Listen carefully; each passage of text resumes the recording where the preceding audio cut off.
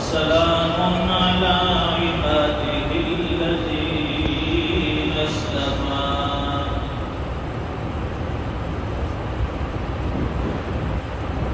خصوصا على أفضلهم وخاتم النبيين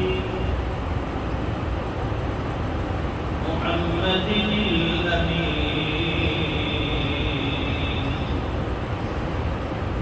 وعلى آله وأصحابه أجمعين. أما بعد فأعوذ بالله من الشيطان الرجيم. بسم الله الرحمن الرحيم. بل تؤثرون الحياة الدنيا والآخرة خير وأبقى إن هذا لفي الصحف الأولى صحف إبراهيم وموسى. صدق الله العظيم. ایک مرتبہ سمجھ کے ساتھ ضرور پاک پڑھیں. اللهم صل على سيدنا ومولانا محمد وعلى آل سيدنا محمد وبارك وسلم. بزرگوں دینی بھائیوں، اللہ تعالیٰ نے زندگی بہت قیمتی عطا فرمائی. یہ زندگی ہے مختصر لیکن بڑی قیمتی زندگی ہے، اس لیے کہ آخرت کی زندگی کا دار و مدار دنیا کی زندگی پر ہے.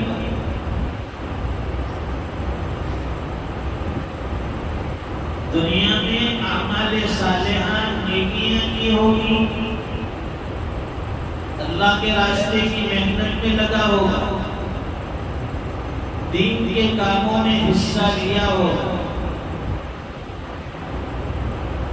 اپنی مرضیات کو چھوڑ کر اللہ کی مرضیات کے مطابق چلا ہوگا.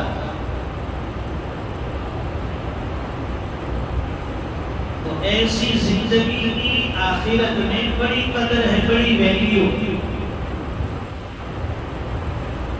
اس بندے کو آخرت میں بڑا نوازا جائے گا. آدمی اس دنیا کے گزر بسر کے لیے دن رات محنت کرتا ہے، کاروبار کرتا ہے، تجارت کرتا ہے، بزنس کرتا ہے، نوکری کرتا ہے. کیوں بھائی؟ زندگی اچھی کٹ جائے، اچھی گزر جائے، 2 وقت کا کھانا مل جائے، وقت پر سونا مل جائے، سر ڈھانپنے کے لیے بہترین مکان ہو. اس کے لیے ساری دوڑ دھوپ محنتیں. وہ آخرت تو لامحدود ہے، وہ طویل زندگی آنے والی ہے. یہ آنکھ بند ہونے کے بعد وہاں کی زندگی شروع. لوگ یہ سمجھتے ہیں کہ موت یہ زندگی کا خاتمہ ہے. موت یہ زندگی کو ختم نہیں کرتی بلکہ نئی زندگی کی شروعات. اس لیے کہ اللہ والے نے بڑی اچھی بات کی. موت کو سمجھا ہے کافی اختتام زندگی ہے، یہ شام زندگی صبح دوام زندگی. فرمائے کہ بھائی یہ موت دنیا کی زندگی کی شام ہے اور ہمیشہ کی زندگی کی صبح ہے. دنیا کی زندگی کی شام موت سے شروع ہوتی ہے اور آخرت کی زندگی کی صبح موت سے شروع ہوتی ہے. یہ چھوٹی سی زندگی ختم ہو جائے گی اور ہمیشہ کی زندگی لامحدود وہ شروع ہونے والی ہے۔ اس کے لیے اتنی محنت درکار ہے جتنا ہمیں وہاں رہنا ہے۔ دنیا میں اتنی محنت کیجیے جتنا یہاں رہنا ہے، اور آخرت کے لیے اتنی محنت کیجیے جتنا ہمیں وہاں رہنا ہے۔ ہمارا بالکل الٹا ہے، جہاں عارضی طور پر رہنا ہے وہاں کے لیے سب کچھ ڈاؤ کر محنتیں کریں، اور جہاں ہمیشہ کے لیے رہنا ہے وہاں کے لیے کوئی محنت نہیں، کوئی تیاری نہیں۔ ایک دن اچانک خبر آ جاتی ہے کہ فلاں آدمی دنیا سے چلا جاتا ہے، اعلان کرنے والے اعلان کر دیتے ہیں، غسل دینے والے غسل دے دیتے ہیں، قبر کھودنے والے قبر کھود کر چھوڑ دیتے ہیں، دفنانے والے دفنا کر چلے جاتے ہیں۔ اب قبر میں اس کا کیا حال ہے وہ جانتا ہے، اس کے اعمال جانتے ہیں، اس کا رب جانتا ہے۔ وہاں کوئی پوچھنے نہیں آئے گا، وہاں بیوی ساتھ نہیں آئے گی، اولاد ساتھ نہیں آئے گی، بھائی بہن ساتھ نہیں آئے گی۔ وہاں ہمیں ہماری زندگی کا حساب دینا ہے۔ اب لاؤ حساب، ہم نے اتنی طویل زندگی عطا فرمائی، اتنی بہترین جوانی عطا فرمائی، اتنا مال و دولت، اتنی نعمتیں دی لائی، یہ سب کا حساب دی۔ اس وقت ہمیں پچھتانا نہ پڑے، افسوس اٹھانا نہ پڑے، اس لیے ہمیں جب تک آنکھ یہ کھلی ہے، یہ کیمرے چل رہے ہیں، وہاں تک آخرت کی تیاری میں لگی ہے، محنتیں کیجیے، زبان پر اللہ کا ذکر جاری ہو تاکہ بندے وقت کلمہ نصیب ہو جائے۔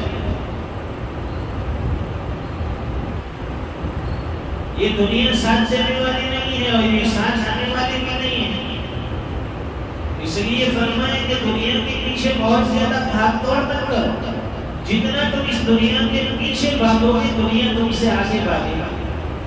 وہ آج تک کسی کے ہاتھ میں نہیں آئی کہ ہمارے ہاتھ میں آنے والی، اس نے سب کو دھوکہ دیا ہے، ہمیں بھی یہ دھوکہ دیا۔ حضرت عبداللہ ابن مبارک رحمۃ اللہ علیہ کا نام سنا ہوگا، بڑے اونچے درجے کے ولیوں میں شمار ہوتا ہے، زاہد ہیں، عابد ہیں، صوفی ہیں، فقیہ ہیں۔ اللہ تعالیٰ نے بڑے علم و فضل سے نوازا، تقوی طہارت سے نوازا۔ ان کی بھی زندگی عیش و آرام والی تھی، ابتدا میں مال و دولت کی ریل پہ، زمین جائیداد، نوکر چاکر اور زندگی کھانے پینے کی، پلانے کی، یہ زندگی تھی ان کی۔ کھاؤ پیو پلاؤ، شراب شباب، یہ زندگی تھی۔ اور ان کے پاس باغات تھے، سیب کے باغات، ایپل، اس کے باغات بھی تھے۔ ایک مرتبہ جب سیب پکنے کا موسم آیا، اپنے دوستوں کو لے کر باغ میں چلے گئے، سب ساز و سامان عیش و آرام کا، وہاں سب عیش و آرام مجلسیں ہو رہی ہیں، دوستوں کے ساتھ کھانے پک رہے ہیں، پینا پلانا چل رہا ہے، اور ساتھ میں موسیقی بجا رہے ہیں، موسیقی جو ستار بجاتے ہیں۔ اس زمانے میں یہ بہترین باجا کہا جاتا تھا، ستار۔ حضرت عبداللہ ابن مبارک رحمۃ اللہ علیہ خود بھی بہترین ستار بجانے والوں میں سے۔ اب محفل سجی ہوئی ہے، دوستوں کے ساتھ کھانے کے بعد وہ ستار کی محفل لگی، بجا رہے ہیں، جھوم رہے ہیں، بجاتے بجاتے ان کی آنکھ لگ گئی، سو گئے۔ اب ستار بھی ساتھ میں ہے، وہ ساز ان کے ساتھ میں تھا۔ جب آنکھ کھلی دیکھا کہ یہ ستار بھی ہاتھ میں، پھر بجانا شروع کیا، لیکن وہ بجتا نہیں، اس کے تار ٹھیک کیے پھر بھی نہیں بجتا ہے۔ بار بار کوشش کی، 2-3 مرتبہ کوشش کرنے کے بعد وہ بجا، لیکن اب کی مرتبہ اس کے اندر سے ستار سے گانے کی اور موسیقی کی آواز نہیں ہے، بلکہ قرآن کریم کی ایک آیت کی آواز آئی ستار کے اندر سے۔ وہ تار کو چھیڑ رہے ہیں، ہلا رہے ہیں، بجا رہے ہیں، اندر سے قرآن کریم کی آواز آئی، أَلَمْ يَأْنِ لِلَّذِينَ آمَنُوا أَن تخشع قلوبهم لذکر اللہ. دیکھیے جب اللہ تعالیٰ کسی بندے کو ہدایت سے نوازنا چاہتے ہیں تو کیسی کیسی چیزوں سے اس کی رہبری کرتے ہدایت کی طرف سے لے جاتے ہیں. یہ ستار اصل میں گانے بجانے کی چیز ہے، لیکن اللہ تعالیٰ نے یہی ستار ان کی ہدایت کا ذریعہ بنایا. اندر سے قرآن کریم کی آیت أَلَمْ يَعْنِ لِلَّذِينَ آمَنُوا أَن تَخْشَعَ قُلُوبُهُمْ لِذِكْرِ اللَّهِ.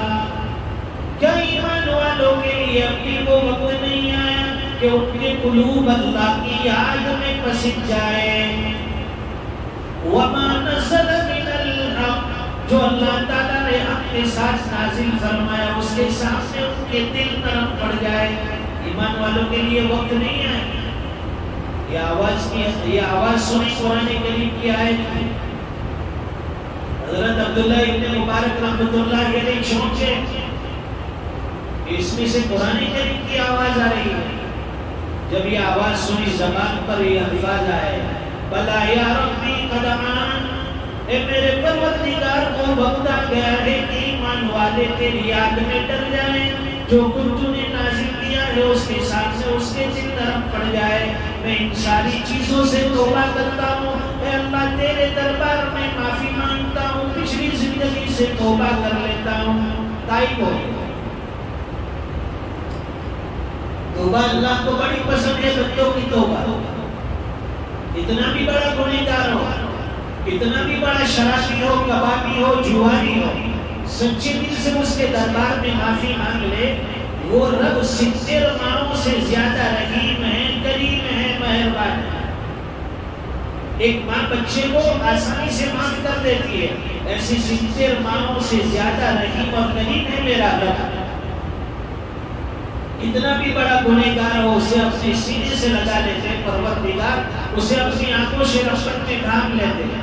حضرت عبداللہ ابن مبارک رحمۃ اللہ علیہ نے وہ ساری زندگی چھوڑ دی، اب دین کے لیے لگ گئے، اپنی زندگی کو دین کے لیے وقف کر دیا. یہی عبداللہ ابن مبارک رحمۃ اللہ علیہ ایک مرتبہ بغداد میں ہارون رشید اپنے محل میں بیٹھے ہوئے تھے. محل کے بالا خانے میں شام کے وقت اپنی بیگم کے ساتھ بیٹھے ہوئے تھے. ایک بڑا شور سنا انہوں نے، زور کی آواز آئی، لوگوں کے چیخنے چلانے کی شور کی ایک آواز آئی. حضرت عبداللہ ابن مبارک رحمۃ اللہ علیہ کا دور، ہارون رشید کی خلافت، آدھی سے زیادہ دنیا پر حکومت. انہوں نے فوراً اپنے سپاہیوں کو دوڑایا کہ دیکھیے شہر کے باہر یہ زور زور سے کیا آوازیں آ رہی ہیں، کہیں دشمن نے حملہ تو نہیں کر لیا. وہ سپاہی گئے اور خبر لے کر آئے کہ آج بغداد شہر میں حضرت عبداللہ ابن مبارک رحمۃ اللہ علیہ تشریف لائے اور لوگ ان کے استقبال میں وہاں جمع تھے. جب حضرت وہاں تشریف لائے تو حضرت کو ایک چھینک آئی، اس پر انہوں نے الحمدللہ کہا. سارے مجمع نے جواب دیا یرحمک اللہ. یہ اس مجمع کی آواز تھی جو آپ کے محل تک پہنچی. ہارون رشید کی بیگم نے کہا کہ تم اپنے آپ کو بادشاہ سمجھتے ہو، آدھی سے زیادہ دنیا پر تمہاری حکومت ہے، لیکن حقیقت میں بادشاہت ان لوگوں کا حق ہے کہ یہاں مجمع کو کسی نے جمع نہیں کیا، بس وہ خود بخود حضرت عبداللہ ابن مبارک رحمۃ اللہ علیہ کی محبت میں جمع ہو گئے. اسے کہتے ہیں بادشاہ. تو حضرت عبداللہ ابن مبارک رحمۃ اللہ علیہ فرماتے ہیں کہ ابتدا میں جب میں مالدار تھا تو میری بیٹھک، میری صحبت، میرا اٹھنا بیٹھنا مالداروں کے ساتھ تھا. جب میں اپنی سواری پر جاتا تھا دوستوں کے پاس تو دل میں خوشی ہوتی میرے پاس بہترین سواری، لیکن جب دوستوں کے پاس پہنچتا تو دیکھتا تھا کہ میری سواری سے اچھی سواری ان کے پاس ہے. میرے دل میں تکلیف ہوگی. میں بازار سے بہترین لباس خرید کر لاتا، اسے پہنتا تھا، دوستوں کی محفل میں جاتا تھا، دیکھتا تھا کہ ان کے لباس میرے لباس سے ہوتا ہے، مجھے تکلیف ہوئی۔ میں اپنے دوستوں کے مکان پر جاتا تھا اور دیکھتا تھا کہ میرے مکان سے اس کا مکان اچھا ہے، دل میں تکلیف ہوتی تھی۔ پھر فرماتے ہیں کہ میں نے اپنی بعد کی زندگی مالداروں کی صحبت چھوڑ دی اور کم درجے کے لوگ جو غریب قسم کے لوگ تھے ان کے ساتھ میں نے اٹھنا بیٹھنا شروع کیا۔ میں جہاں جاتا میں دیکھتا ہوں کہ میرا مکان ان کے مکان سے اچھا ہے، میری سواری ان کی سواری سے اچھی ہے، میرا لباس ان کے لباس سے اچھا ہے۔ فاسترحت، میں آرام میں آ گیا۔ اس لیے فرماتے ہیں کہ اللہ کے نبی صلی اللہ علیہ وسلم کی حدیث کا خلاصہ کہ دنیا کے معاملے میں اپنے سے نیچے والے کو دیکھیے اور دین کے معاملے میں اپنے سے اوپر والے کو دیکھیے۔ اللہ تعالیٰ نے بے شمار نعمتوں میں رکھا ہے۔ حضرت ابو ہریرہ رضی اللہ تعالیٰ عنہ فرماتے ہیں ایک مرتبہ میں نے دیکھا کہ دوپہر کی چلچلاتی دھوپ ہے، اسی دھوپ میں نے دیکھا کہ ایک راستے سے حضرت ابو بکر صدیق رضی اللہ تعالیٰ عنہ حاضر ہوئے، دوسری طرف کے راستے سے فاروق اعظم حضرت عمر رضی اللہ تعالیٰ عنہ باہر نکلے۔ دونوں سے میں نے جا کر پوچھا کہ دوپہر کی چلچلاتی دھوپ میں نکلنے کا کیا مطلب ہے؟ ان دونوں نے کہا کہ بھوک لگی ہوئی ہے، گھر میں کھانا نہیں ہے، اس لیے نکلے ہیں کہ کہیں مزدوری مل جائے، کچھ کھانے کا انتظام ہو جائے۔ حضرت ابو ہریرہ رضی اللہ تعالیٰ عنہ فرماتے ہیں ابھی تھوڑی دیر گزری کہ حضور پاک صلی اللہ علیہ وسلم بھی تشریف لائے۔ آپ نے دونوں سے پوچھا اے ابو بکر اے عمر تم اس وقت یہاں کیوں حاضر ہوئے؟ عرض کیا اللہ کے رسول بھوک لگی ہوئی ہے، بھوک برداشت نہیں ہوتی اس لیے ہم لوگ باہر نکلے۔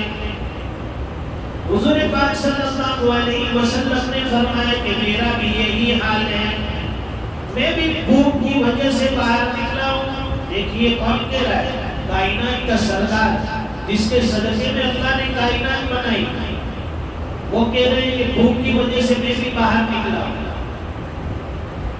تینوں حضرات بھوکے ہیں۔ حضور پاک صلی اللہ علیہ وسلم نے فرمایا کہ چلیے میرے ایک دوست ایک صحابی ہے، سارے میرے دوست ہیں، ان کے باغ میں چلتے ہیں۔ ان کا باغ تھا کھجوروں کا، وہاں پہنچے۔ وہ صحابی تو باغ میں موجود نہیں تھے، ان کی بیوی تھی۔ انہوں نے دیکھا کہ حضور پاک صلی اللہ علیہ وسلم اور حضرت ابو بکر اور عمر تشریف لائے، بڑی خوش ہو گئی کہ آج میری قسمت کھل گئی، آج میری قسمت جاگ اٹھی کہ میرے باغ میں میرے مکان پر آج میرے مہمان اللہ کے رسول اور دو صحابی ہوئے۔ بڑے خوش ہو گئے اور کہنے لگی کہ اللہ کے رسول آپ انتظار کیجئے، میں آپ کے لیے کھانے کا انتظام کرتی ہوں، بکری ذبح کر دیتے ہیں۔ حضور پاک صلی اللہ علیہ وسلم نے فرمایا کہ دیکھنا کوئی دودھ والی بکری ذبح مت کرنا۔ وہ خاتون گئی، اس نے بکری ذبح کی اور دسترخوان تیار کیا، کھانا پکا کر اس پر کھوشے، کھجور کے کھوشے رکھے۔ اس زمانے میں لٹکائے جاتے تھے وہ کھوشے، اس پر سے چوک چوک کر آتی کھجوریں کھایا کرتے، تو کھجور کے کھوشے بھی لگا دیے اور وہاں بکری ذبح کر کے جو کھانا بن سکتا تھا تیار کر کے مہمانی کے طور پر حضور پاک صلی اللہ علیہ وسلم نے خود بھی تناول فرمایا، حضرت ابو بکر نے، حضرت عمر نے، دونوں نے تناول فرمایا۔ کھانے سے فارغ ہوئے، اللہ کا شکر ادا کیا۔ اس کے بعد اللہ کے نبی نے فرمایا کہ ابو بکر عمر یہ جو اللہ کی نعمت ہے، جو اللہ نے یہ کھانا کھلایا ہے، قیامت کے دن اللہ کے سامنے اس کا بھی جواب دینا ہے، اس کا سوال ہوگا۔ ثم لتسألن يومئذ عن النعيم، قیامت کے دن اللہ کی ایک ایک نعمت کا حساب دینا ہوگا، ایک ایک نعمت کے بارے میں جواب دینا ہوگا۔